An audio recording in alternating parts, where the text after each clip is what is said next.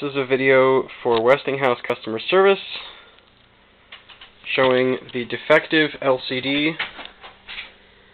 You can clearly see lines stretching the entire length of the LCD, viewable from multiple angles.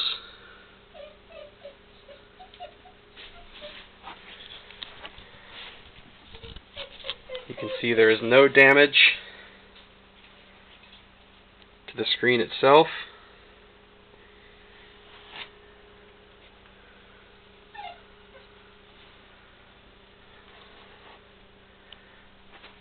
There is simply a 6-inch wide band of bad pixels stretching from top to bottom.